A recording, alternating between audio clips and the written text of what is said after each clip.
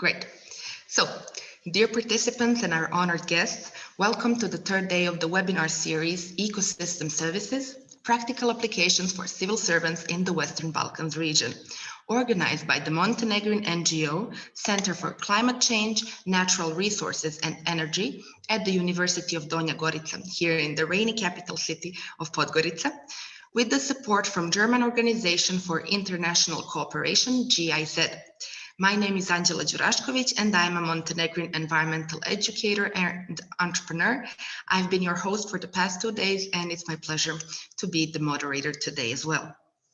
So once again, let me thank you for all your generous feedback, for the two-way discussion that we have created in the past 2 days and counting. We are really grateful, and we will make sure to use all the feedback that you've given us, as well as the most important and the questions that kept popping out again and again to create the future content and future projects. So day 1 of our webinar, as our dear colleague Lucy said, was all about the concepts, the theory. Day 2 of the webinar was about vertically taking down those concepts into the real world. And the principles that we introduced on the first day were introduced into practice through the concepts of ESAV and its mainstreaming. So, what happened yesterday? A brief recap. First, PhD Janan Bećirović from the Faculty of Forestry at the University of Sarajevo gave a lecture on ecosystem services assessment and valuation methods, approaches, and implementation steps. From his presentation, it was clear to understand that ESAV should address real problems of one community and be politically relevant to the specific area where it's being taken. When there is a lack of data and lack of focus on ecosystem services, the political, social, and economic opportunities are often missed. Moreover, significant losses and costs for the whole community can happen. Then, PhD Avni Hajdari from the University of Pristina explained that the process of ESAV mainstreaming includes the integration of ecosystem services assessment and valuation into development policy. But the important thing to have in mind is that one document is not enough. One policy, one strategic document, there needs to be more. So the focus should be on integration of this agenda into a whole array of documents and into a whole development direction of one country, one municipality, one area. So this is where we continue today. It is the last of our shared online journey exploring ecosystem services, and we are presenting you the tools our expert team created that will be emailed to you in the following days, as we mentioned.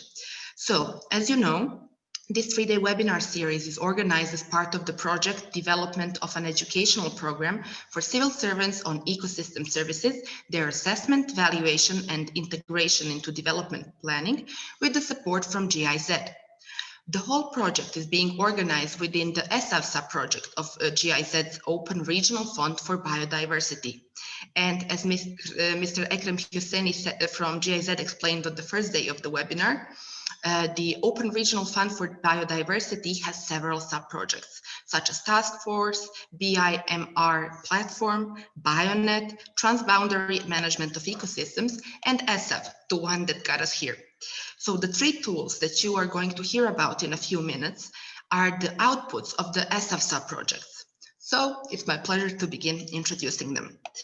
The first output you are going to hear about is the development of educational curricula, upon which this webinar has been organized. The training curricula will be presented by PhD Marija Vukdelić from the University of Donja Gorica, who you met on the first day of the webinar series. And for those of you who weren't there on the first day, Maria holds a bachelor's degree and a PhD degree in conservation biology from the University of East Anglia in the United Kingdom. She has 20 years of experience in nature protection sector through policy development, species protection, and establishment and management of protected areas. Maria's current work focuses on the assessment and valuation of ecosystem services and their mainstreaming into policies and educational programs. So Maria, welcome back. Thank you, Anđela, and I'm glad to be back again. So I'm gonna sort of start immediately.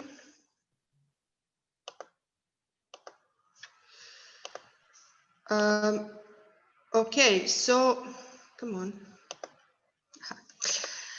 So as Angela said, what I'm about to present is one of the three outputs, concrete outputs that were prepared within this SAV sub-project of the Open Regional Fund Biodiversity program. And the component that we in Montenegro at University of Donja Gorica and the Center for Climate Change, Natural Resources and Energy were in charge of was the development of educational curricula or training materials, or whatever you want to call it. Now, within our component, we prepared two products. The first product is the university course on ecosystem services. I will not talk about it today. I will just mention that at our university, we prepared a curriculum for the whole one semester course on ecosystem services, and it's a complete with all the presentations and lesson plans, etc. And from this semester, we are hoping that we will have students enrolled, and to our knowledge, this will probably be the first such program in the region where the students at university level will learn in depth about ecosystem services. As I said, I will not talk about this now, but if there's somebody maybe from academic community in the audience and maybe interested in this, then I just invite you to write to us in the chat box or via email, or contact us subsequently, and we can share more information about that. What I will talk about is the other sort of product, and this is the training on ecosystem services for civil servants.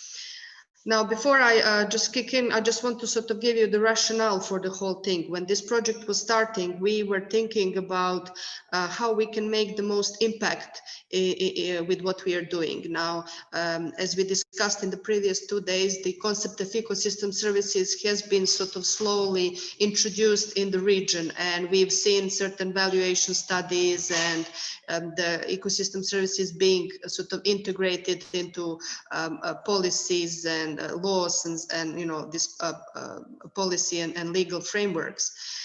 But we still are not seeing the sort of the really meaningful and impactful integration of ecosystem services in the region.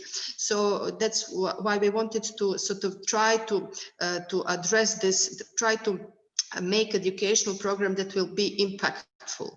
So with this in mind, with this kind of thinking, we decided to make a educational program with the aim or purpose to increase the awareness and capacities to integrate the concept of ecosystem services and their valuation into the planning process.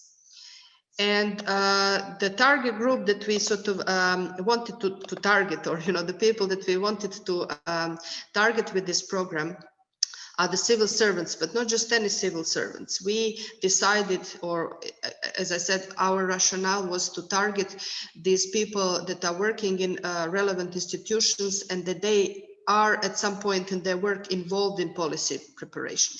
So we were thinking about, you know, this should be people, for instance, working in the ministry who are at some point involved in preparation of the national strategy for that particular sector or some development plan. So kind of mid to high level officials, you know, like senior advisors in the ministries or agencies and you know, so this kind of people. And also not only the people who are working in just a sort of nature conservation or environmental protection sector, but in all sectors that are to a degree reliant or depending on the ecosystem services. So we were targeting, apart from nature environmental protection, we were targeting also agriculture, including fisheries and hunting and forestry, also tourism, energy, and water management. So, as I said, our target were civil servants who are involved in policy development and planning processes from these different target sectors. And in order to reach them, as I said, and to try to increase their capacities, we decided to design a targeted educational program. But in order to make it relevant for them and to target their needs, we first conducted a research. So we first performed a needs assessment. This happened about a year ago, and I think that maybe some people that are currently in the audience might have been contacted and helped us with this. So we prepared a questionnaire consisting of 22 questions. It was distributed in the region with the target group, and we obtained 93 questionnaires in total from all 5 countries in the region, and coming from all the target sectors. So as I said, we received quite a lot of feedback and a lot of useful information, and this information was then used to design our training program.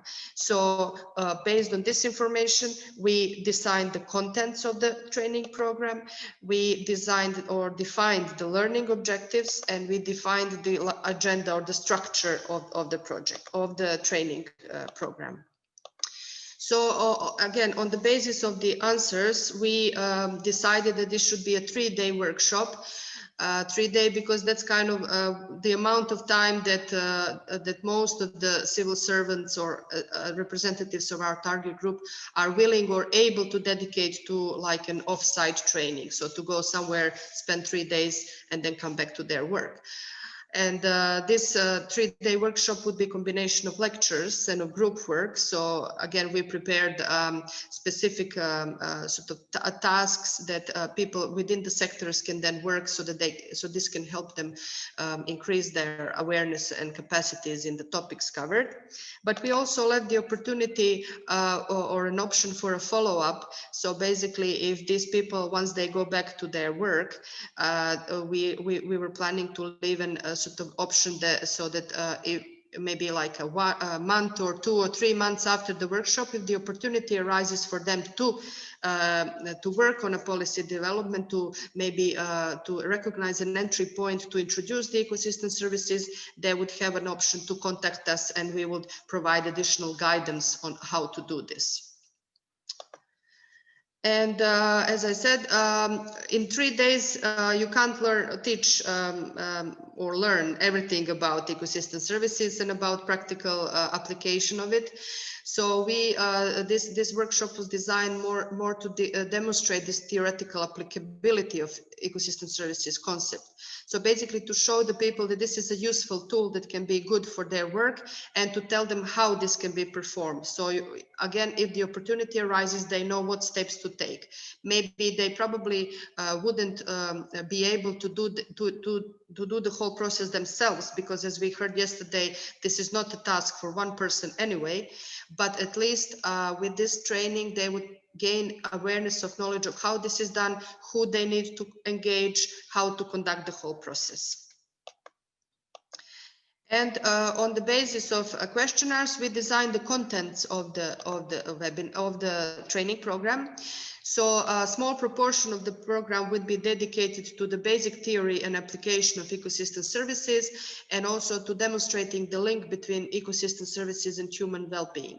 Why? Because through this needs assessment or this survey, we realized that people are aware of the concept, but that they still don't have a clear understanding what ecosystem services are and why they are so important. So as I said, a certain sort of small proportion of the training would cover these 2 topics, but the bulk of the training would be about ecosystem services assessment and valuation, and about integrating or mainstreaming of ecosystem services. So the topics that Jenan and Avni were talking about yesterday, and it was obvious even from your comments and engagement that this is something that people are most interested in.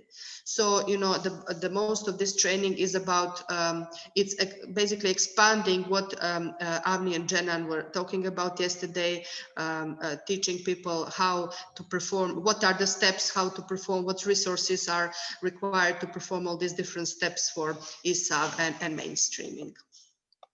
So we designed the training course in a way that we expect that once people undergo this training, they will be able to explain how system services contribute to the human well-being and development. So to be really fully aware of this concept and why it's important. But more than that, to recognize how their own sectors depend on ecosystem services and impact them as well. So if somebody is coming from water management sector or forestry, to be very well aware what ecosystem services in their in the context of their work are and how their sector impacts them, and like to be able to recognize these links and trade-offs and things like that.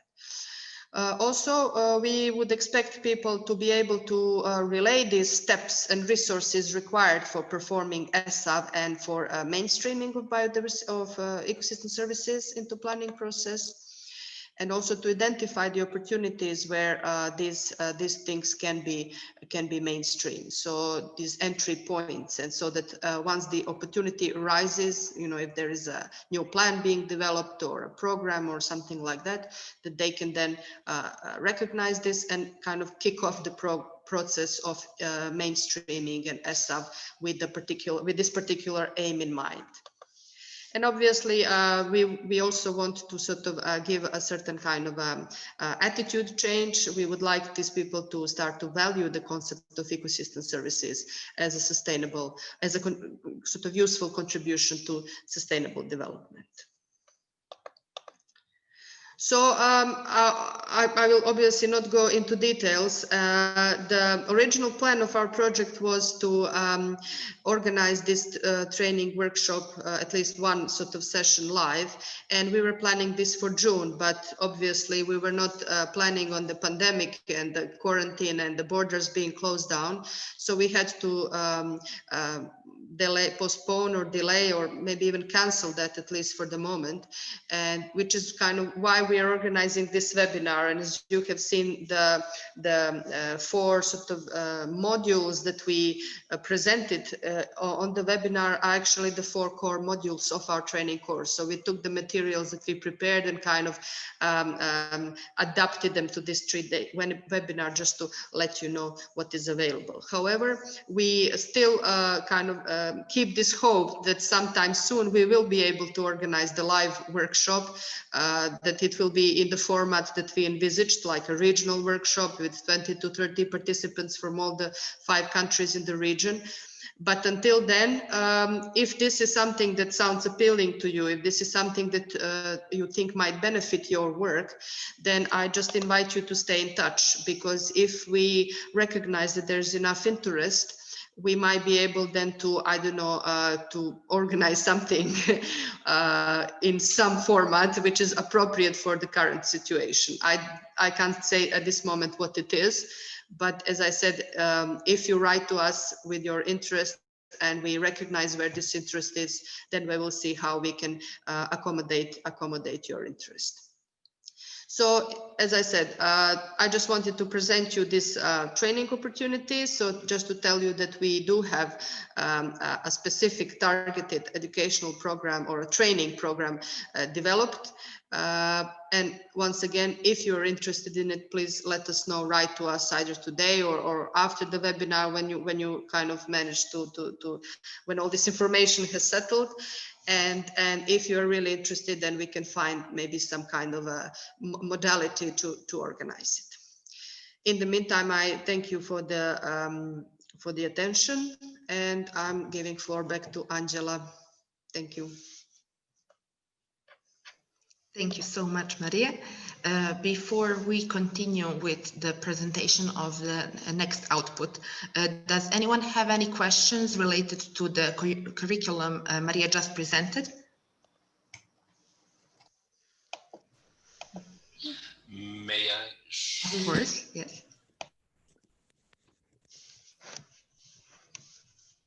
So good morning or good afternoon or good evening to all once again from my side. As Maria said, indeed, yes, it was actually intended to be a workshop with physical presence of the civil servants from the region.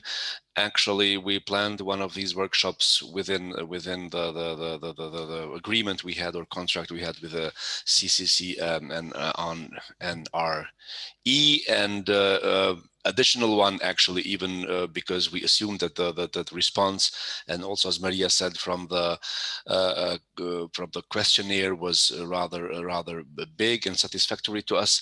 So actually we thought of a second one, but as Maria said, the things happened, the situation changed worldwide and not only in the region, so we could not do it. However, we still at the GIZ have some hope that we can do at least one workshop until end of the project, but we will follow the situation and of course the developments in the region, because as Maria said as well, there are limitations. We cannot travel from one country to another, or if people could travel, then it's linked with quite severe, let's say, things to do, like testing and having the results within due time. And once you have the results, it becomes too old, I mean, to cross the border. So it is quite challenging for the time being, but as Maria said, the curriculum is developed, it's available, and hope to really be able to present it also as it was intended to do at the beginning of our agreement with Maria and her team and the experts from the region. So thank you once again from my side.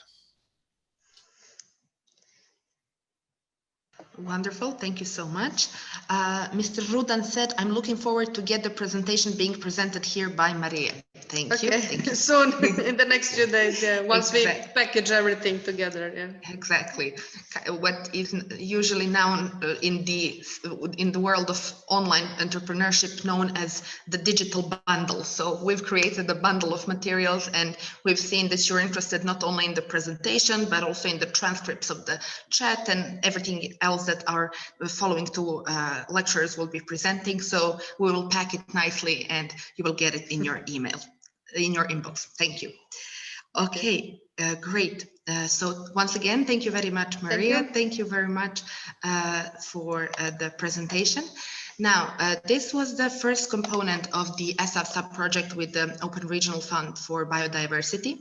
The second will be presented to you by Nikola Stojnic, ornithologist from Institute for Nature Conservation of Vojvodina in Serbia. Nikola will familiarize you with the recently created document pardon me, titled Regional Guidelines on Ecosystem Services Assessment and Valuation in the Process of Establishing and Managing Protected Areas in the Western Balkans. Nikola holds a bachelor's degree in biology and a master's degree in taxonomy on University of Novi Sad in Serbia. He has 29 years of experience in researching of nature, as well as 17 years of experience in nature conservation sector, mainly dealing with protected species and protected areas. His current work on the assessment and valuation of ecosystem services focuses on mainstreaming it into theoretical and practical aspects of nature conservation. Nikola, welcome.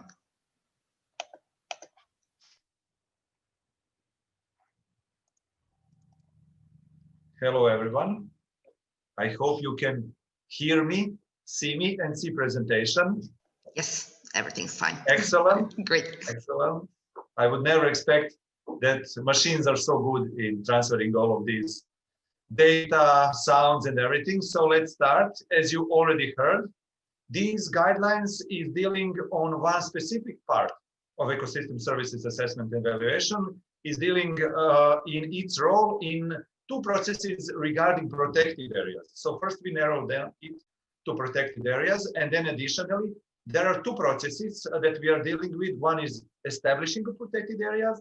So it is partly targeting these groups who are establishing protected areas, and additionally managing of protected areas, which usually in Western Balkans are not the same subjects of these two processes. I will now try to describe you how we made these guidelines and what are the main steps within these guidelines, which is as obviously described. It should be used in future by those who are working on these two processes. So just to see whether it is going. Oh, great. Excellent. We have next slide. So it context, of course, it goes with introduction and then defining the general settings of the guidelines. Then next step, these guidelines is concept is within the 7 steps. So first step is to define general settings. I will later explain all of them in details. Then to list and prioritize ecosystem services. After listing and prioritizing, to assess condition of these ecosystem services, their history, trends, and trade-offs, but just of those who are prioritized. Then to analyze institutional management and policy framework, which will be later displayed, recognize risks and opportunities, identify specific recommendations and actions, and finally, to prepare work plan, stakeholder engagement, and communication strategy. In ideal world, which is usually not like this, it will go subsequently one step to another, but in the detailed explanation, you will see that sometimes you will have to go to the previous steps to re-establish some of the things. I would like just to stress that besides the colleagues from the Institute who developed these guidelines, also there are colleagues outside of Institute, not just from our country, but also from Macedonia, Montenegro, from Albania, and from Northern Macedonia, Montenegro, Albania, and also from Bosnia and Herzegovina. So this is multidisciplinary. We have different types of regions, and we have also different types of experts. So we developed something which should be synergy of these differences. Technical review was done by Lucy, and coordinators were on behalf of GIZ, Ekrem Hiseni and Jelena Perunicic. So let's try with the next slide. So we are now going to the introduction, which is generally describing the purpose of the guide, as I already shortly described to all of you. Then it goes a little bit to the ecosystem services theory, and then a little bit more specific how this theory relates to the protected areas. Then, of course, here goes this quick overview of the steps that I already mentioned. Also, and also very interesting is recommendation of the resources, mainly time and staff, which are needing to undertake this kind of ESAV, or if you want to incorporate ecosystem services into some of these processes. Because just a small short background, so far in the Western Balkans, usually in the establishing of protected areas or managing protected areas, ecosystem services are not enough mentioned or almost non-mentioned, and there is a very good moment where we can put this as an additional tool which can help and foster both of these processes, whether it is establishing or managing of protected areas, which is very demandful. So in these guidelines, there is short overview of resources, how much time it can be needed if you are putting ecosystem services into establishing or managing protected areas, what kind of experts do you need, and some sort of advices, let's call it like this. So after introduction, we go to the first step, which is defining the general settings. First, it is important to clarify the boundary. It is usually boundary of protected areas, but sometimes it can be two protected areas bordering one to each other, even bordering across the political borders. Also, reach of ecosystem services can go further than the borders of the protected areas. And very important is to clarify and identify the main goals for the establishing protected areas or for the managing of it. What are the main activities, outcomes, and challenges, because these main goals will hardly be connected with the ecosystem services and their assessment and valuation. After this first, more or less general step, we go to the next step, which is called listing and prioritizing. And one of the first steps here is to identify and shortly describe all the ecosystem services present in the area. Up to our experience, it can go up to 10 or even more ecosystem services in the area, and short describing why are they and how they are relating. Then ecosystem services should be somehow linked with the protected area management goals or establishing goals to identify generally stakeholders. And you will now see this very popular word, stakeholders, will appear at least 3 times again. So we will deal with the people more and more through these steps. And it was also an interesting challenge for us to deal at least equally with the people as with nature through this process. And then here goes this one, which I would like to emphasize: select priority ecosystem services. I think it is the most tricky and most problematic part. So among of all of these listed ecosystem services, whether it will be 5, 10, or 15, it is very important to select priority one. Mostly there will be 2, 3, or 4 of them and there are good tools within the guidelines how to, with different kind of people working with you, select what are the most important, because after that, we will work just with these most important ecosystem services. Then there will be assessing of distribution of cost and benefit and investigating potential trade-offs. I will now not go into detail because there is not enough times. After prioritizing, here goes the steps, which is called assessing condition of ecosystem services, their history, trends, drivers, and trade-offs, just for those prioritized. And as I told once to our mentor Lucy, I call it, usually I call this step ESAV sensu stricto, which means in the previous time when I was thinking that I will be scientist, then I usually thought that ESAV is only this part. When we are scientifically describing, researching, going to the field and so on, getting the data, what are really statuses of these ecosystem services. This, my short explanation will explain you that this is really a scientifically most demandful step, and it will require to acquire a lot of data on these ecosystem services, to see what are the ways to get this data, whether it will be the ways can be the present data, which are already some kind of books in some kind of literature, or it is in some kind of reports which are hard to be get, or in some old maps, or just in the way of people are thinking. There are a lot of different types of data presented in these guidelines, and also ways how to obtain them, and then how to analyze them. And when you analyze them, then you can identify what is the status of these ecosystem services, whether forest is going better or worse, whether water is going better or use, whether it will produce better ecosystem services of flood mitigation or not, whether reed harvesting is getting more and more or less and less. This is that specific part. And then after this assessment of present past and especially important trend, because you have to emphasize trend and to know how you will answer on that. Of course, what is the driver of that trend also requires a lot of expertise. Then you can calculate economic value of the ecosystem services as well.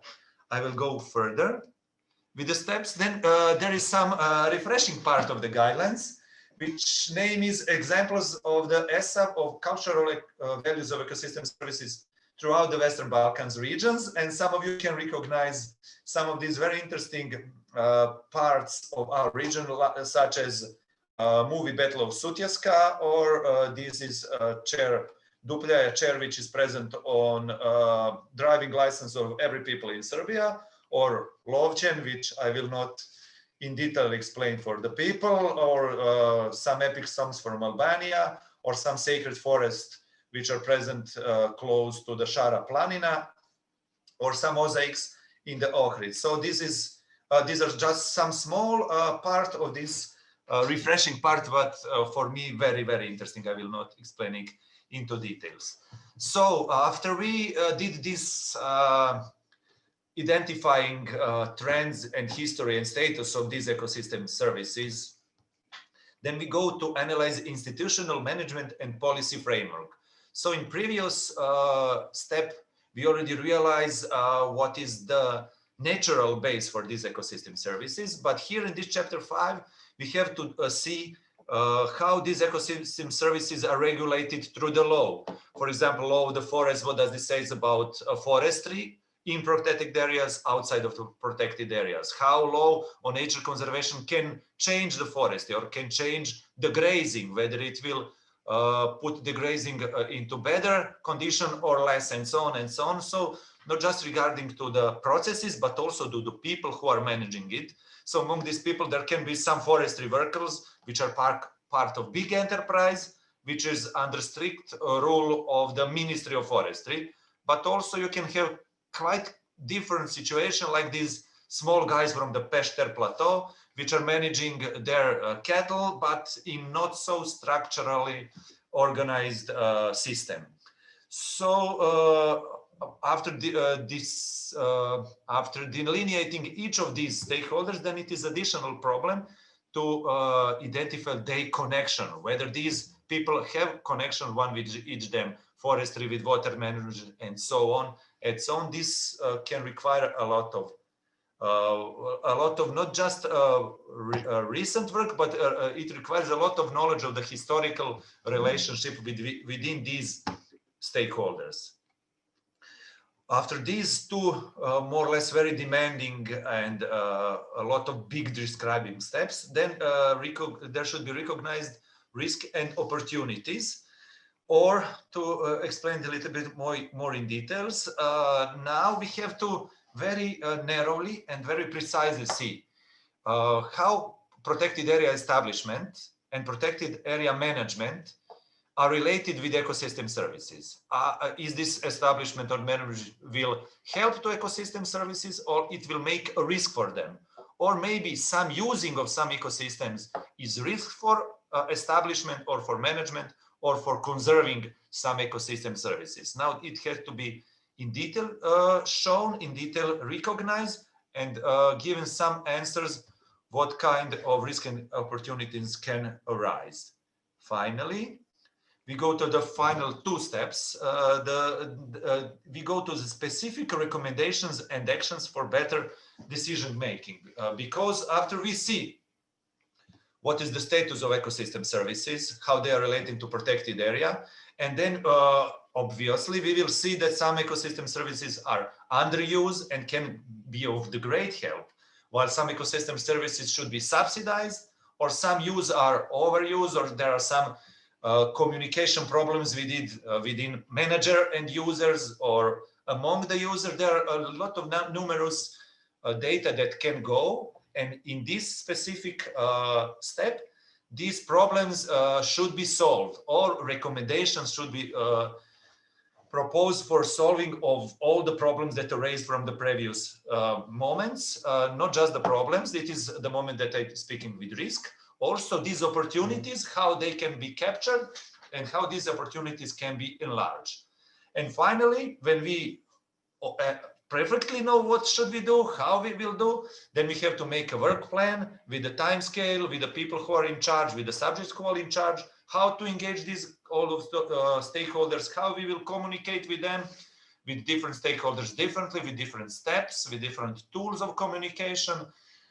This is a final step within these guidelines. After these step-by-step methods, within the guidelines, we finally, we have annexes, and then we have, of course, references, but which I would like to emphasize additionally, just very shortly. These guidelines is more or less theoretical, as I already shown to you, but when it comes to the practice, then it becomes a little bit more interesting, or even more interesting. And luckily to these project activities, there are already two areas where it is put into the practice. One is Boswood Forest area, which you can see on this part of the slide. I don't know now anymore what is left and what is right here. And additionally, Boswood Forest area is lowland in Vojvodina province, Serbia, close to the borders of Serbia with Croatia and Bosnia and Herzegovina. Oak forest, ponds, marshes, and people who are grazing pigs naturally in the forest. And we have something completely different. We have karst region of Orient Mountain and a cross-border protected area, Bosnia and Herzegovina and Montenegro, and different types of ecosystem services here. such as pollinating crops which are sold in the local market. So there are a lot of interesting practical experience from piloting these ecosystem services guidelines in these two case studies. So for that, thank you for your attention, and all the questions I'm open for it. Thank you very much. Just a second, let me come back to the screen. Okay, great. Now, we have one question so far. Please, everyone, feel free to ask them in the chat box or turn on your microphones if you don't mind your voice being recorded. So the first question is, please, do you have planning in the future to support programs in cross-border cooperation in the Albanian Alps? May I give a short answer to this? To the person who asked, and yes, actually, as with regard to the GIZ, maybe some of you know and some still not, but our project as such, I mean, the project on biodiversity and the implementation of international agreements, especially the EU-related agreements with regard to biodiversity, is ending next year in April or May, if we are lucky and have some kind of small prolongation. Nevertheless, as far as I know, there will be EU programs as well for the cross-border cooperation, and especially the cross-border cooperation is a subject that is very relevant also to the EU development programs. So I assume that if we are not, let's say, a big player anymore in the cross-border cooperation with regard to the biodiversity conservation, it will be others. I also know that for example, there are some German foundations like Euronatur who for actually more than a decade are active in the region in promoting also cross-border cooperation, and they will also be in the future. So this is the answer to the question, and maybe to Maria Trencheva, just shortly to mention that as Nicola mentioned, and thank you, Nicola, for your excellent presentation, the guidelines will be available also, of course, both in maybe in some print copies for our partners, but also online, and we will keep you informed. They will be available apart from a guideline in English, also in the languages here in the region, meaning Serbian, together with Montenegrin, Bosnian, but also Albanian and Macedonian language, and also put online. I'm glad to have your email address, and I will inform you accordingly where are we going to, let's say, upload these for your further use. Thank you from my side. Thank you so much, Mr. Husseini. Great. So you answered the first two questions. Now the next question is, I see Emina Music raising hand, and then we have a question from Bianca. So Emina, go ahead.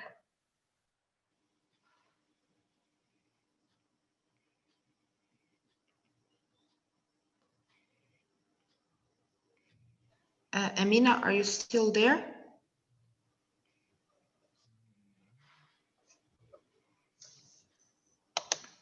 Okay, then we will, Emina, if you can hear us, we will go to the next question, and then when you are ready, we can answer your question as well.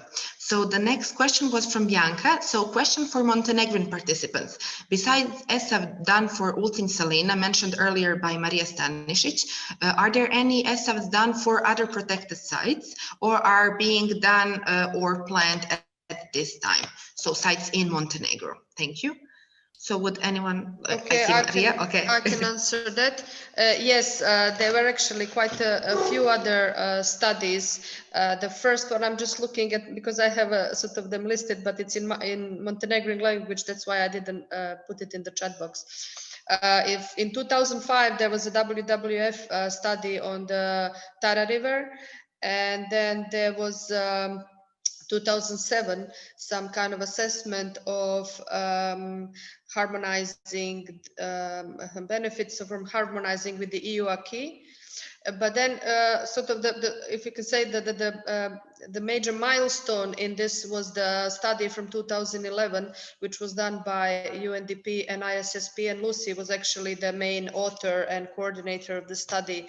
It was about the economic value of protected areas in Montenegro. At the time, 5 protected areas were part of the study. It was, I think, Durmitor, Biogradska Gora, Skadar Lake, Komovi, and Tivat salt pans, if I remember correctly, but maybe Lucy can help me. And then from 2013, there was a UNDP study about payment for ecosystem services and sustainable biodiversity economy.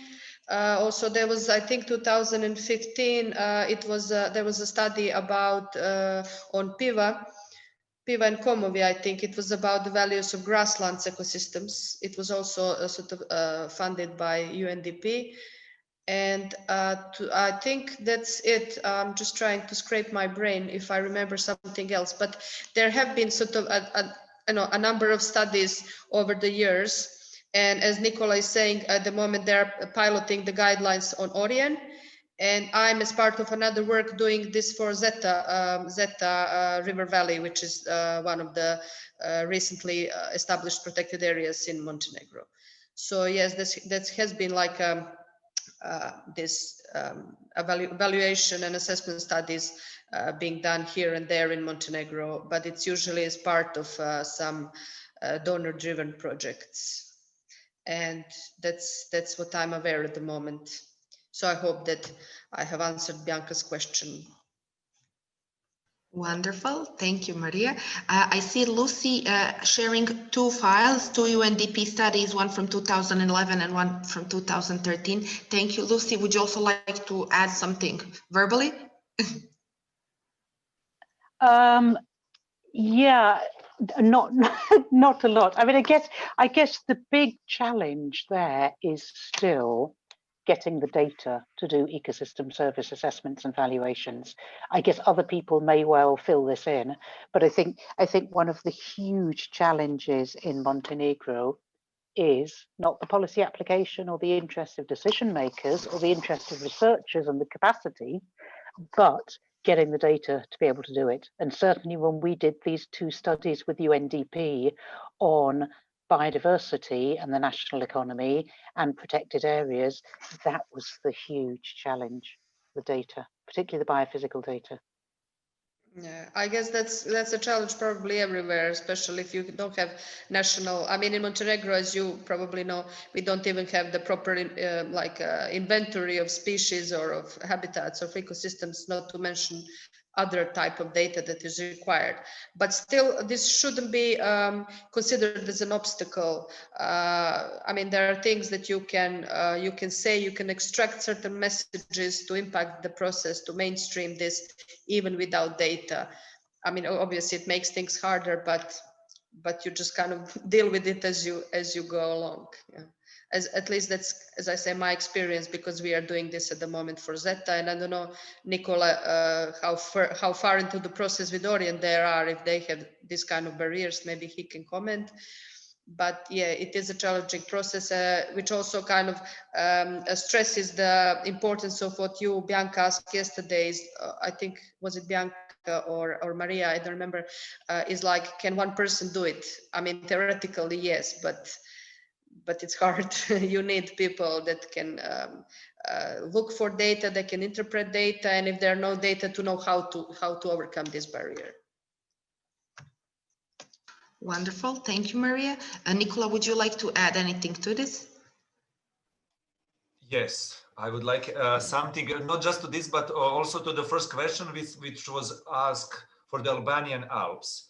To answer a little bit widely, these guidelines is made that can be used probably in any protected area in the Western Balkans, most probably not just in the Western Balkans, probably in the whole Balkans. I will not go further now with these details. So anybody can do it by using it guidelines. It's just a question of the political, practical, and on other things who would like to do it, and whether there is staff, money, foundation, and so on. So, but this guidelines is made to be used in any protected areas in the region. And regarding this last, so it is, let this treat as the first answer. And the second answer would be regarding this that Maria spoke, both in the Orion and in the BOSUD, because I'm the part of both of these processes. There are, of course, a lot of problems which obtaining all the possible data that you would like to get. First, those data are very often hidden, and guidelines sometimes show you how to use even this kind of hidden data. But when there is a short time, you can't find all the needed data. And but what was additionally interesting that Maria already stressed, how to overcome data missing, and then with the data that you have, then how to finish your work.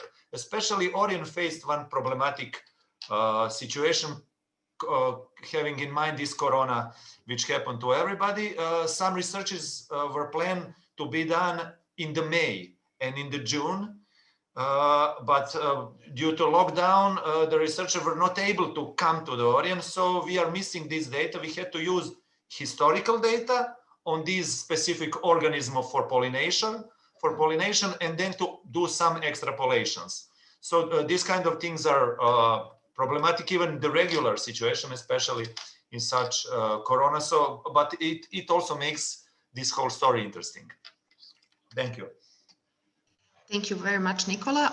We will answer one more question and then proceed. So, for example, I see there are more questions as well. We will come back to them in the discussion part. But Nicola, there's one more question for you from the Ministry of Environmental Protection in Serbia by Jelena Ducic. I apologize if I misspelled it. Do you have any recent examples where you as Institute for Nature Conservation of Vojvodina province managed to incorporate the recommendations from regional guidelines in specific studies on protected areas? So the guidelines is finished 20 days ago. So there were not too much time to use it in something which is coming. We are using parts of it already for almost a year. Parts of it we are using in some studies that we are already preparing, and not just the guidelines, but the experience that we got from this whole of this process, we are already incorporating in our regular work. Regarding the guidelines, it is only in BOSUD forest, as I told you, which is, I think, which is in the final stage, and then it will be interesting for me to show to the public how we will pilot it through the BOSUD forest. But we plan to incorporate, of course, it depends on the level, in some of our future work. That's it. Thank you so much, Nicola, and thank you once again for the wonderful presentation. I see here one more question by Dejan Radošević, but Dejan, we will come back to it in the discussion part, because it's time for me to announce our last speaker for today, who will present to us another very incredibly useful document that was created, which is called the Sourcebook on Sustainable Financing for Biodiversity, Ecosystems and Protected Areas in the Western Balkans. So it will be presented to you by Mladen Lazić, an economist and political scientist who received his bachelor's degree from McGill University in Montreal, Canada, and obtained his master's degree in European integration at the University of Belgrade, Faculty of Political Science. He has been working with the Serbian Ministry of Finance since 2003 as the head of section for programming of EU-funded projects and development aid, and the head of technical secretariat for preparation, monitoring, and reporting of the Public Financial Management Reform Program. He is a certified trainer for the EU instruments for pre-accession assistance and project cycle management, and holds a TOT certificate on the economic valuation of ecosystem services. Mladen is involved in regional projects related to the above-mentioned fields, and now he's going to present to you the instrument that was created as part of the SAVSA project. So Mladen, welcome. Thank you very much for this long introduction. Maybe unnecessary to go in so many details. Good morning from rainy Belgrade. From my side, it's really great to be with you today. Unfortunately, I missed the first 2 days, but luckily it was recorded, so I'm really looking forward to go over that soon. I will share my screen with you, and the presentation that I have.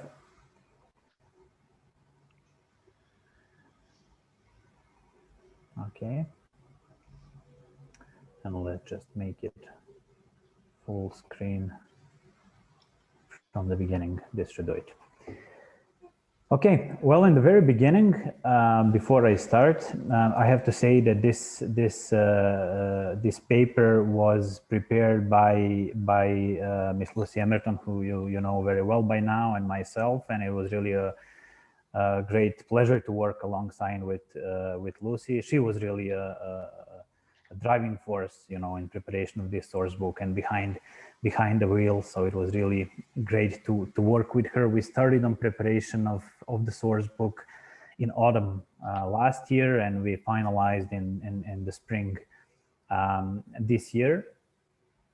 Unfortunately, the whole COVID-19 situation prevented us from, you know, presenting it the way we want it, but I guess it will find its way to people who are interested in the topic. This is just the cover page, the front page of the source book, and what it is really about. We try to talk a little bit about sustainable financing and why it is important for biodiversity conservation in the Western Balkans, but that I guess can be applicable in any other parts of the world. But then we wanted to focus a little bit more on Western Balkan region. So of course, Western Balkan region is very rich in biodiversity terms. But we also share very turbulent, so to say, history, especially, you know, past 30 years, I would say, which cost in economic terms pretty big devastation, I would say, and something that we are still trying to collectively recover from. After years of this, I would say, a series of very unfortunate events. When we were fighting our way back, we had global economic crisis, you know, starting in 2008. Now we had COVID-19 crisis, which will definitely leave severe effects on economies. And consequently on funds that could be allocated towards biodiversity conservation. Then we, after explaining a little bit why it is important for the region, we were looking in different financing mechanisms that we thought would be best to that would suit best the Western Balkan region. You have many financing mechanisms that you can use as alternatives to funds allocated from budgets, which are never enough. But we tried to narrow the list down, and we focused, I believe, on 13 mechanisms that we thought would be best to be used in the Western Balkan region. And then we tried to move forward by finding adequate examples for each financing mechanism. Our primary focus was to try to find examples from the region, but in many cases we were not really able to find those. And then we extended our search, and we included examples from Europe, and then eventually from around the globe. In the end, we offer some examples for each, as I said, and then afterwards we conclude with recommendations and something that we believe could be possible future steps in securing sustainable financing for biodiversity, ecosystems, and protected areas in the Western Balkans. And we also included glossary of terms in the source book. So very briefly, so this is just to get your attention to this topic, and then if you're interested, you can always go into details.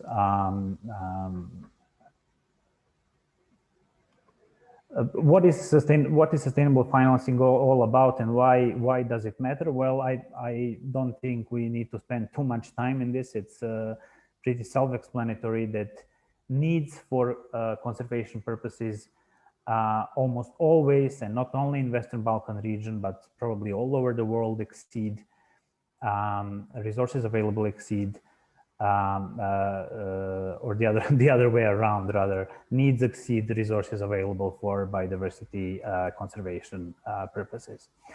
Basically, in developing world, especially, and in developing region, which Western Balkan definitely is, there are many other priorities following very turbulent past, as I explained.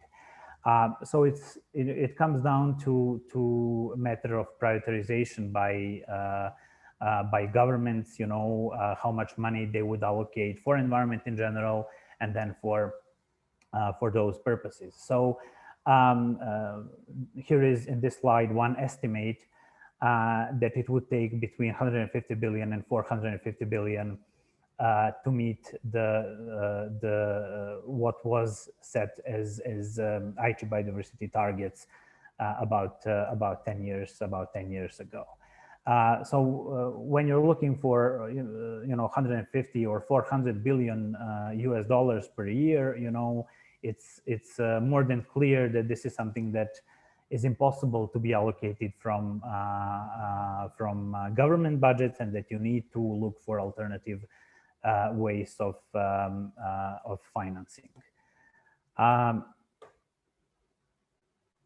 So just to quote my dear colleagues, so sustainable financing is actually the ability to secure sufficient, so meaning that you need to have enough money to finance, stable and long-term, meaning that this is not one-time event. Biodiversity conservation is rather a process, you know, so you need to secure continuous support, to allocate them in a timely manner and in appropriate form. So you need to have it on time, not when it's too late. You need to see how the funds will be distributed, you know, because there are, again, many different needs. And you need to ensure that biodiversity is managed effectively and efficiently with respect to conservation and other objectives. Meaning that, you know, you will never be able to find enough money if you don't do this effectively and in efficient way. So I think this definition puts it really nicely to cover all aspects of it. Now, why is this really an issue in the Western Balkans? As I briefly mentioned in the very beginning, we all have in this region very limited state budgets, very limited funds available. So percentage of national budgets, you know, and government budgets that cover conservation costs are very tiny, not even close to what is actually needed. People who are familiar with this region know that we are collectively on this path towards the EU. European integration processes are present across the region. So we rely at the moment heavily on EU assistance, especially, so on external funding, external assistance, but especially EU funds. And especially having in mind that those who are familiar with the accession process know that Chapter 27 is one of the most demanding one, at least in economic terms, and the financing needs will increase even further in the upcoming years. We have very limited, across the region, we have very limited environmental revenue base. And there is also a lack, or not lack, but we need to work collectively to strengthen strategic planning and administrative capacity to deal with those topics. Unfortunately, you know, given the history and everything that I talked a little bit about in the introductory part, environmental protection is often not really considered the top priority of government. So that is something that we need to change, and this is why this is really an issue in the Western Balkan region. As I said, we try to find mechanisms which would suit best the Western Balkan region. There's really many different financing mechanisms that we looked into and tried to really see if they would be applicable for the region. In the end, as I said, we came with a list of 13 in total, which we described in more details and offer some examples. But here are some examples just for you to look. They can be self-generated, like entry fees, for example. On the other hand, they can be originating from outside. Example would be habitat banking, and obviously they can be private or public.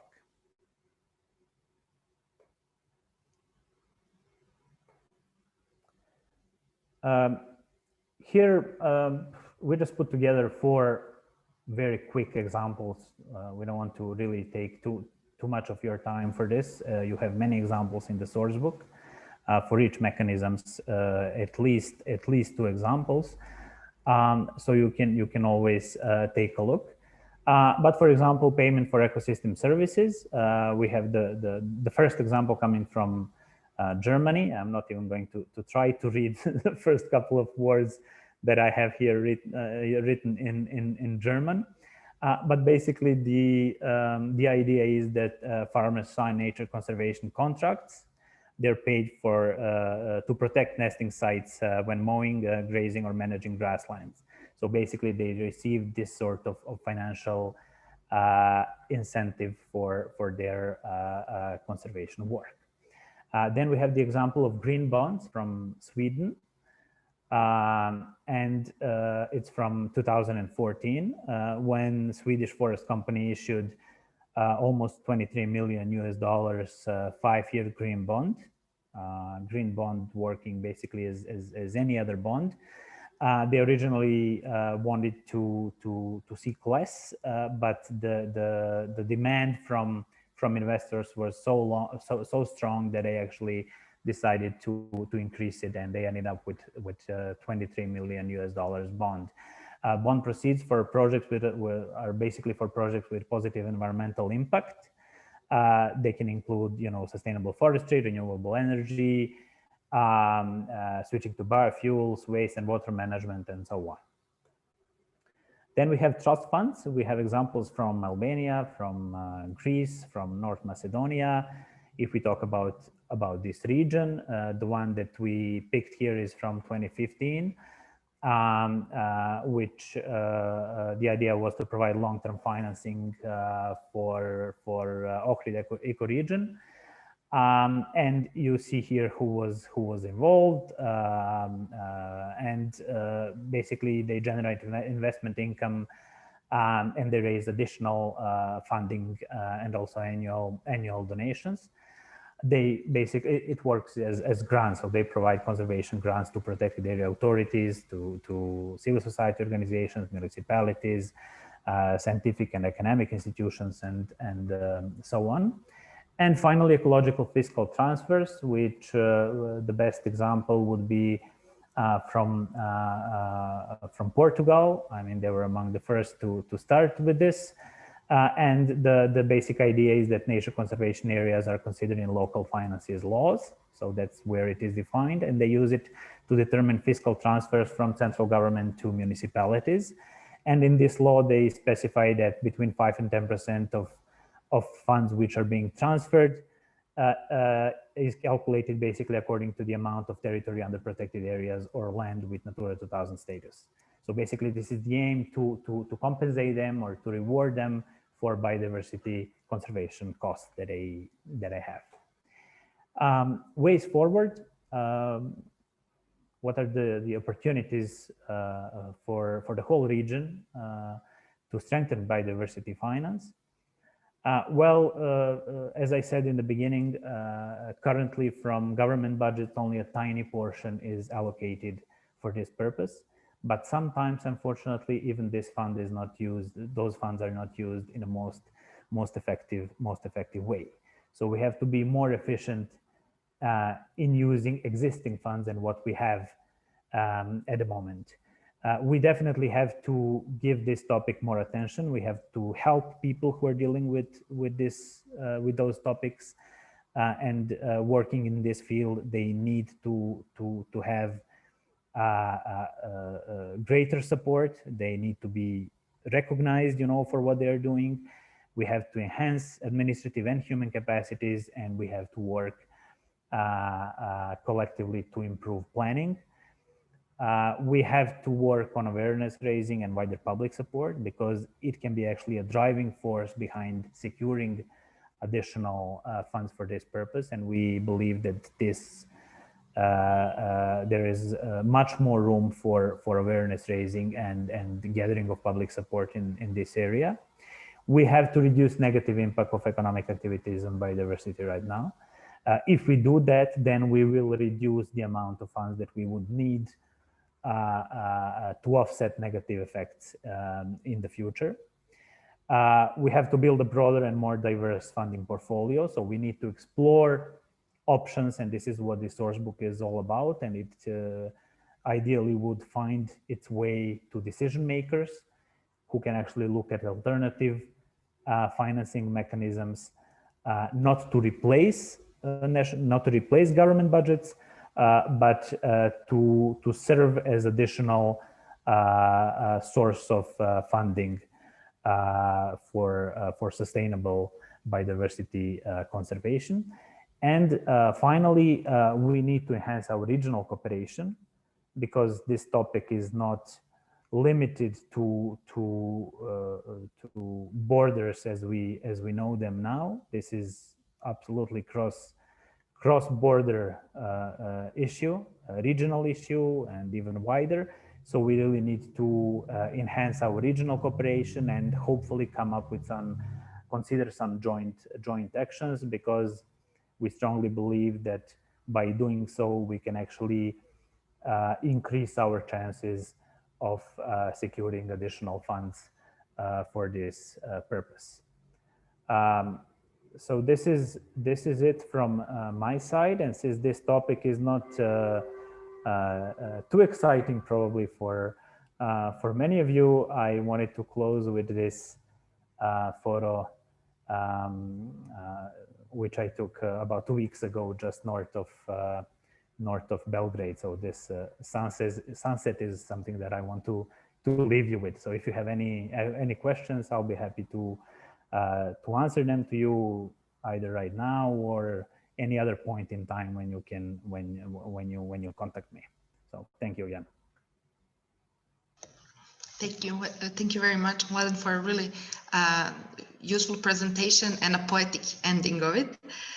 We have a comment from Lucy saying that, as Mladen said, we had real challenges finding case studies on sustainable protected areas and biodiversity financing mechanisms from Western Balkan countries. Has anyone here been working on sustainable financing or have experiences or examples to share? So it's an open question for everyone.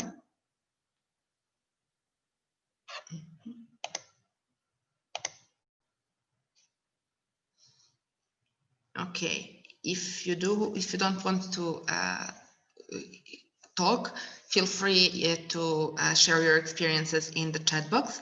Jelena from the Ministry of Environmental Protection in Serbia says, thanks, Mladen, great presentation and conclusions. I completely agree with you. We have to join forces to implement this. Great.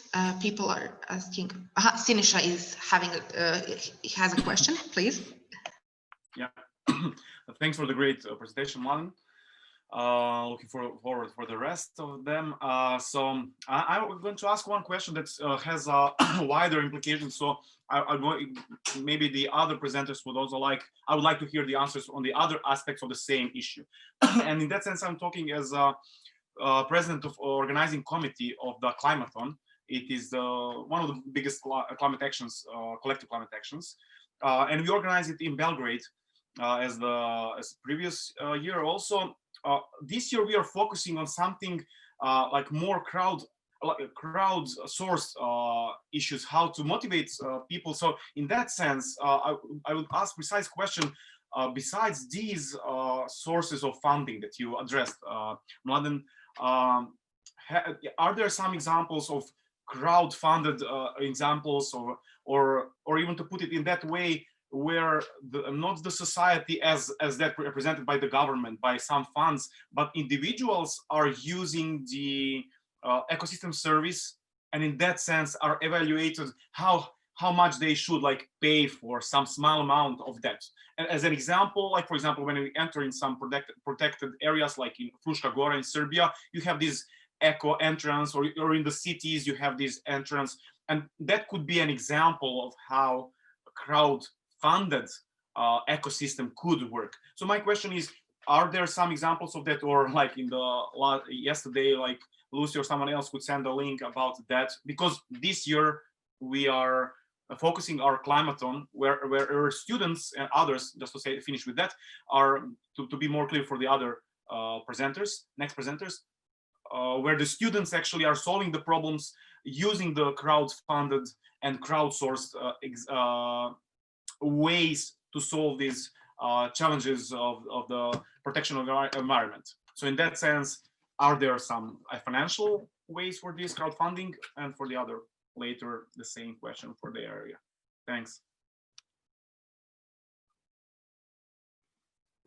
Well, I can start, and then somebody else can jump in if they know of examples. I just wanted to say that we do have crowdfunding in the source book. So here I just I picked 4 out of 13 examples just to give you the brief idea what we were looking into. But we did work on crowdfunding as well. So it is in the source book. And in terms of, as Lucy said, we would always look for regional examples, and then we would extend the examples, to Europe or worldwide if we couldn't find it in the region. So if people, hear from the audience have examples, then it would be great to share with us. But again, we do have it in the source book. Thank you for your question.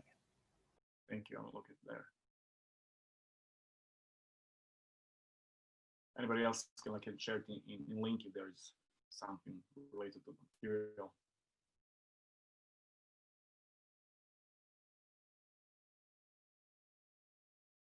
Yes, people. So by all means, utilize the chat box not only for asking questions, but for giving guidelines also as to what has been done in your communities, or even if you know someone who might know more about the topic, maybe this one that Sinisha mentioned, or that some other people mention, you can direct them to say, like, contact this person, maybe they'll know more on the subject. Great. So we have more people thanking you, Mladen, for a great presentation. And now I would go back to the first question that we skipped, which was by Dejan Radošević. He asked whether it is necessary the new value when it comes to ecosystem services need to be created or analyzed to be presented in a practical way within the case study. So Dejan, would you like to elaborate, or would someone want to immediately jump to answering this question?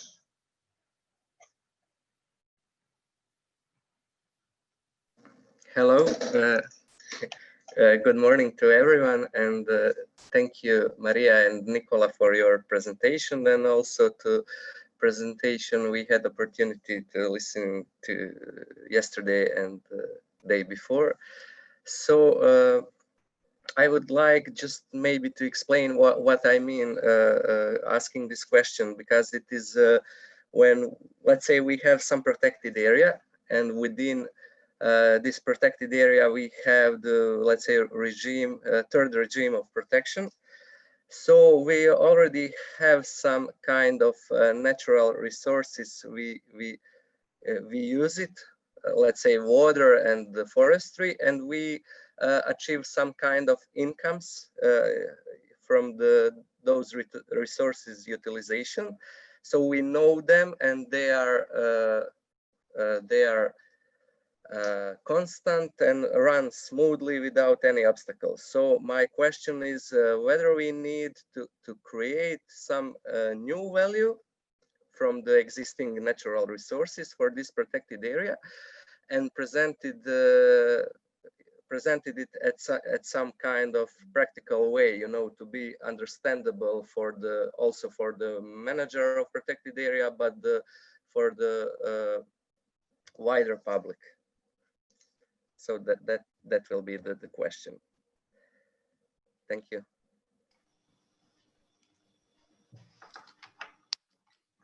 Probably I will try to give answer. Can you hear me? Yeah, okay, yeah, Nicola, great. thank you. Yes, great. Okay, if I properly understood the question, mostly the values are always here. Very rarely I can imagine that can be completely new value or completely new ecosystem service. They can be just a new way of using of it, or new way of interpretation, or whatever. So so I do not treat it as a new value, but as a new data on the existing ecosystem services of value.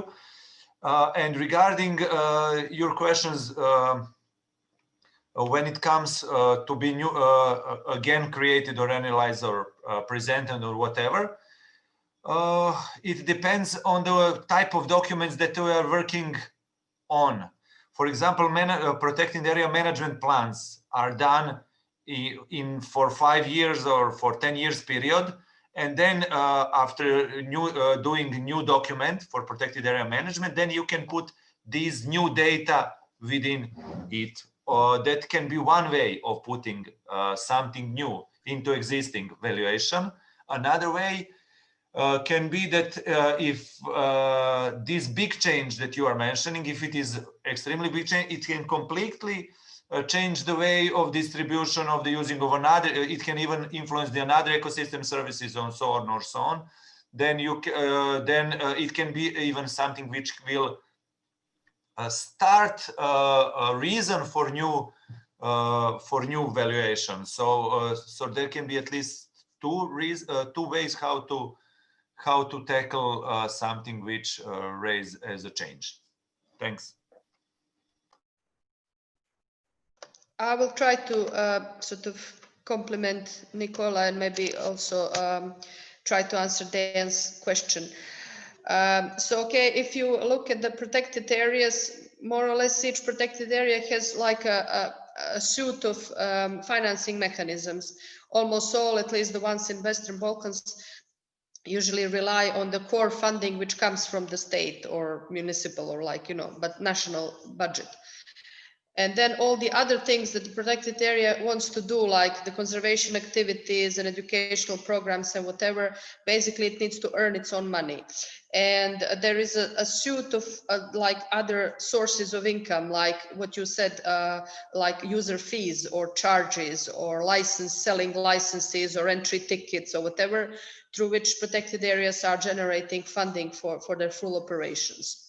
And what Mladen was talking about is trying to make sure that all this funding is sustainable, so that, for instance, you don't depend on this. Like, for instance, what happened in Montenegro this year, our national parks are heavily reliant on the entry fees. And this year, obviously, because of the pandemic, that part of the budget, which is, I think, even up to 1/3 of the budget, is basically lost, you know. So the idea with sustainable financing is to make sure that you obtain funds to do your activities, to reach the objectives of the protected area, which is, you know, the biodiversity protection.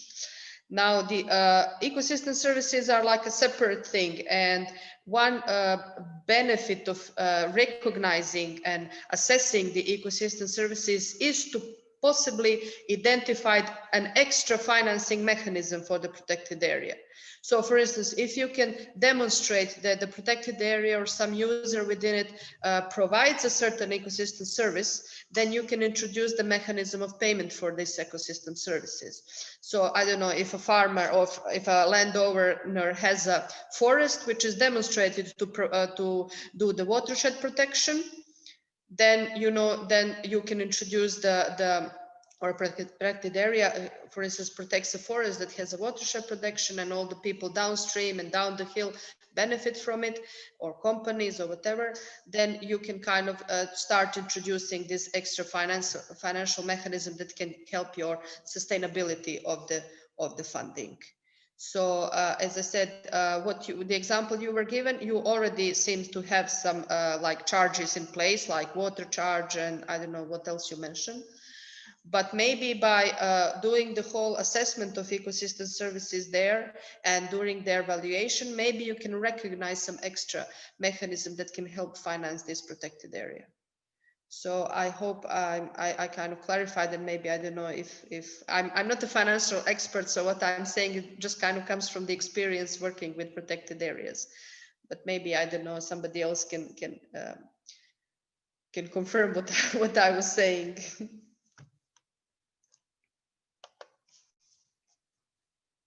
Great, thank you, Maria. Would anyone else like to add? Okay, in that case, thank you very much. We don't have any new questions, and we still have about a bit less than 10 minutes for discussion.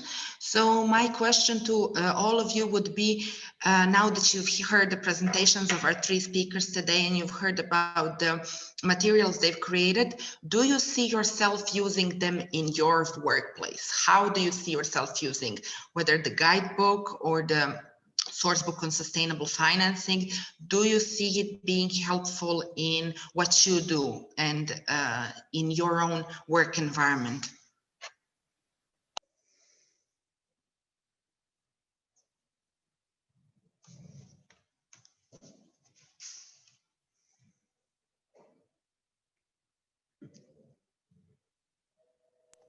Feel free, yes, to use the chat box to answer, or to use, you can also raise your hand to say something.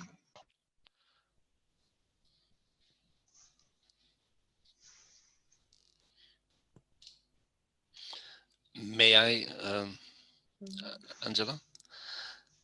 Yes, of course. Mm-hmm. Yeah, what I would like to maybe to say now is that actually these documents presented, I mean the source book and the guideline as well, are rather new. As Mladen said, it was finished earlier this year in the time of pandemic, I assume, and the guideline is still ongoing, but to be finished soon, because I also had some questions from participants.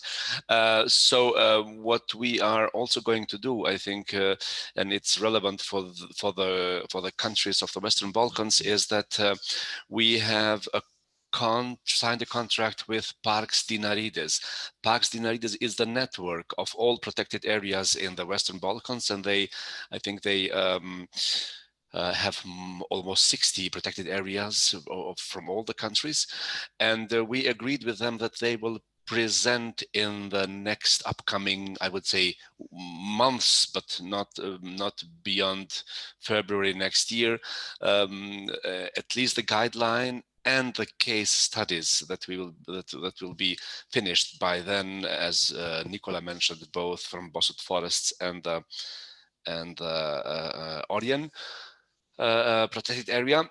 So they will present these documents, these valuable products to all their members, and I think they will have also the possibility then to explain more and also see the benefits from the people who are in charge of protected areas.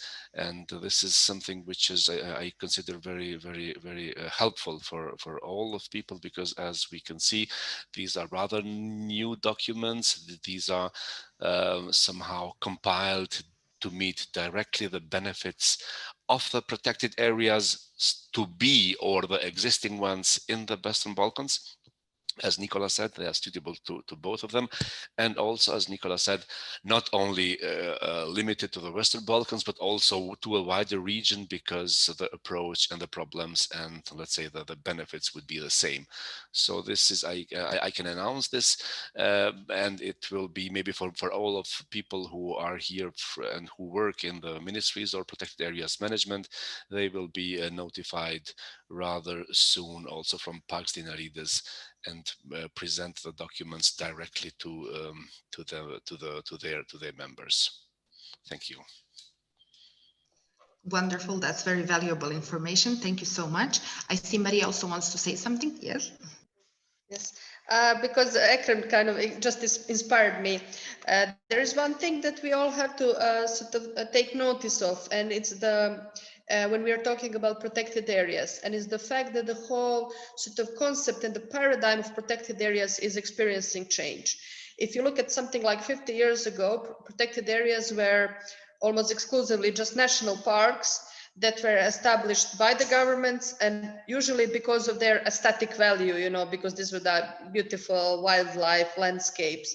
And the main objective, management objective, was to preserve the wildlife. 50 years later, you have, I don't know, like 6 more or 5 or whatever billion people more on the planet. Their needs have changed. The land use patterns have changed. So obviously the protected areas experience the transformation as well. And they are more and more increasingly being established, okay, with the nature protection as a first objective, but the management objective are also shifting from being like strict protection, you know, like put a fence around it, to the sustainable use, and again with the people in mind. So as I said, the whole concept of nature protection is kind of, again, shifting or at least expanding to include the human needs and to include this concept of sustainability. And ecosystem services are sort of one concept that helps this process, because if you can demonstrate that the nature is valuable for humans, not just for itself, that it provides all these benefits, then the nature protection it's not a luxury anymore, because that's how it was considered. It's not a barrier to development, because that's how it was perceived by planners, by traditional land use planners, and like various economic sectors. So as I said, this is one way to demonstrate that no, nature protection is not a luxury, it's a necessity. It's an investment in the future, because if you lose this service, then your sector will suffer, your business will suffer.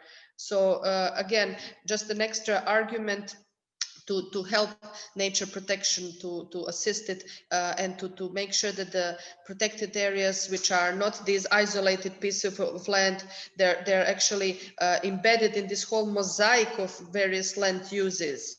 So that to make sure that they can be sustainable, that they can function, they can provide biodiversity protection, and also they can preserve all these services that we obtain from it. Okay. Thank you so much, Maria, for that valuable conclusion and sort of a wrap up as well. We have a question by Kristina Kunjic from GIZ. How do you see the further use of this concept and tools developed for better governance of biodiversity? Let's see who would like to answer this from our panelists, well, presenters today. Nicola, okay? Yes, please. Okay, so on one way, it depends also on advocacy of these documents, how they will be distributed. I can say for the perspective of our institute and its role within our province, we will try to share it with the managers of protected areas that we are working with. And I personally can already see what protected areas are, for example, at this moment needed the most. And I will surely just mention, because colleague Sinisha already mentioned, I think he mentioned Fruška Gora mountain. There is very interesting problem that there is a forestry and present, and also a big demand for recreation. But forestry and recreation has very strong trade-offs one to each other, or excluding one each other. And I think this area will very recently need some very good ESAV, which will explain how to slowly shift forest, sorry, slowly shift forestry, increase recreation, and make also financial benefit for it. So this is something very practical, but in general, it will depends on advocacy, both in the local, regional level, like we will do in our institute, or how ministry will advocacy it, or NGOs or whoever, we will see. It will also strongly be dependent on how good and how interesting are these documents that we made. Thanks. Thank you very much, Nicola. And now, just like we did in the past 2 days, I'd like to invite the person who was in charge of sort of wrapping up and extracting the most important, the key messages out of each day. And today it is the person who also Mladen mentioned was the co-creator of the source book with him. So it is Mrs. Lucy Emerton, the technical advisor to the ESAV project. So Lucy, please tell us your impressions from today. Okay, so many good impressions, both from the presenters and from the participants, and the amazing questions. And thrilled to see that still almost 50 people are with us as we go into the final run of this very nice webinar. So let's remember, and from those who were not able to be with us from the beginning, our starting point was Maria. And Maria really gave us that basis of ecosystem services being nature's benefits to people. And that's the theme that we've taken all the way through. As Sanya on the first day looked at the policy, the history, the global picture for ecosystem services. Remember, we left that day, whoops, I've just fallen over, apologies. As I find myself again, I'll just carry on talking. We left that day really saying, okay, we've heard about the theoretical side, we've heard about the conceptual side. How do we turn that into practice? And Jenan and Avni gave us a fantastic day yesterday of the ESAV, Ecosystem Service Assessment and Valuation, tools and methodologies, and the mainstreaming approaches that we can use to do that. So it's been very iterative. Policy frameworks, conceptual frameworks, history, moving on to operationalizing these frameworks in terms of tools and methodologies and approaches. And then today, if you like, it's up to the next stage of what are the resources that can help us apply these tools and frameworks, which in turn serve to operationalize the ecosystem services approach and framework. Now, Maria talked about the training programs actually, that the University of Donja Gorica and the team that you've heard here today have prepared, the university curriculum, but also the short course, the 3-day workshop targeted at civil servants and practitioners. Very, very sadly, COVID has ruined the prospects for the face-to-face course, as it ruined so many things. But hopefully this is something we can do in the future. And as Maria said, don't forget to stay in touch on that. Maybe some of us or all of us will actually get to meet face-to-face one of these days to actually benefit from this course. Nicola also then talked about the regional guidelines on ecosystem service assessment and valuation for protected area establishment management that he has just led in developing for the Western Balkans region, very much building that approach and methodology on what Jenan and Avni talked about yesterday in terms of stepwise approaches and logic. And I think you should all hold your breath for the guidelines which will reach you via the package and materials, and the sister publication that the Institute for Nature Conservation of Virginia Province have also done, which is showing how that stepwise approach can be applied in the case of the Bossert forests.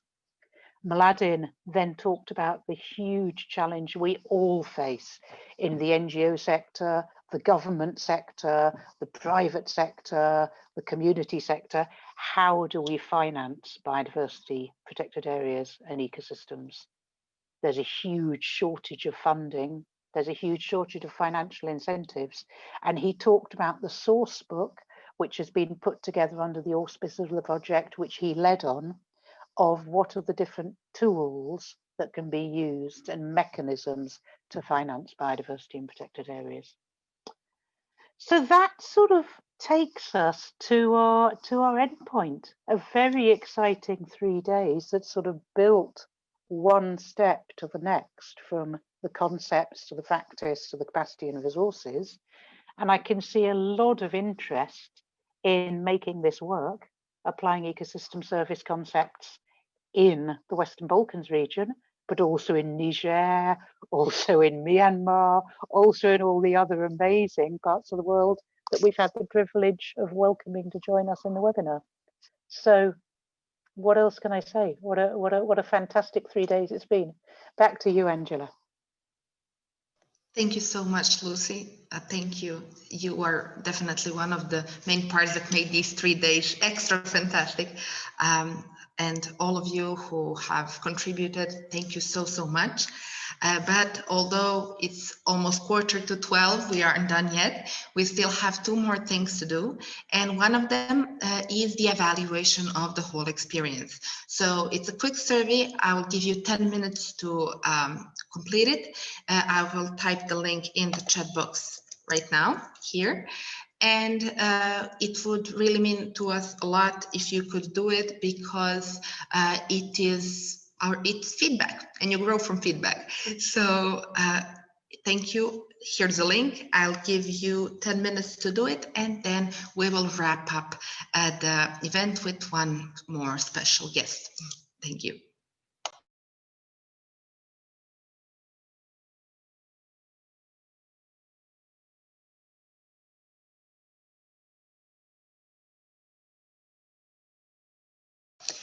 For those of you who have an older version of Zoom and don't have a clickable link, please just copy it and paste it into your browser. So if you use Mozilla or Google Chrome or the Internet Explorer, everything works.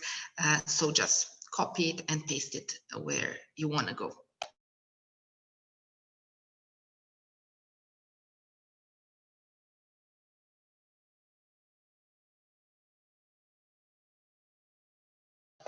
Okay, wonderful. So the last person to address you at this event is actually the woman who is in charge of the hosting NGO Center for Climate Change, Natural Resources and Energy here at the University of Donja Gorica, and is in charge of this project, Jovana Drobnjak. Jovana Drobnjak has a master's in environmental economy with specialization in ecosystem services, and she has been previously involved in the preparation of evaluation studies of Montenegrin protected areas, and she has an expertise in financing of protected areas on the basis of ecosystem services. So Jovana, welcome. Well, thank you, Angela. Dear participants, it was our great pleasure to host this webinar here in the Center for the Climate Change, Natural Resources and Energy at University of Donja Gorica, especially when we had so very good discussion and great interest in this topic. In these 3 days, we had the opportunity to hear new ideas and solve some of the dilemmas you had about ecosystem services and their application. We are mostly happy that new topics have been initiated and put on this agenda for the future activities and projects. I will use this opportunity to thank the team who organized this webinar. So we are so grateful for all support from GIZ, especially for our project managers, Jelena and Ekrem, who gives us all opportunity to develop systematic approach in this field. So we developed new products from the course of the university until the regional guidelines and source books. Big thanks goes to also to our all experts, Sanja, Jula, Katarina, Jenna, Navni, Nicola, and Mladen, for all their work and effort, especially to our Master of Ecosystem Services, Lucy Emerton. Thank you, Angela, for this smooth moderation of webinar, and thanks our colleague Slavko for technical support that we had behind all these scenes. And last but not least, I want to personally say thank you to our Professor Vugdelic for great leadership on this project. We as a Center for the Climate Change, Natural Resources and Energy are looking forward to future collaboration for all of you. Thank you so much, Jovana. And many thanks to everyone congratulating us and thanking us. We are really glad to see that you've extracted value from the content we have prepared for the past 3 days. Now, let me see, do we have any questions here? Great. Great, thank you. Thank you so much. Thank you. So with this, I'd like for us to conclude our shared journey. It has truly been a pleasure to moderate this event and to at the same time be listening to all our wonderful speakers. I thank you on behalf of the whole organization team for your patience, your attention, and your energy that you have invested in the past 3 days in each of the topics we have covered that has to do with ecosystem services. So as we mentioned a few times already, we will email you the bundle of materials in the following days. So expect to hear from us in your inbox. And if you don't see the message immediately, please first check your spam box. Sometimes it can go there, or email us directly or contact us on social media, because we want to be sure that you've gotten the most out of this experience.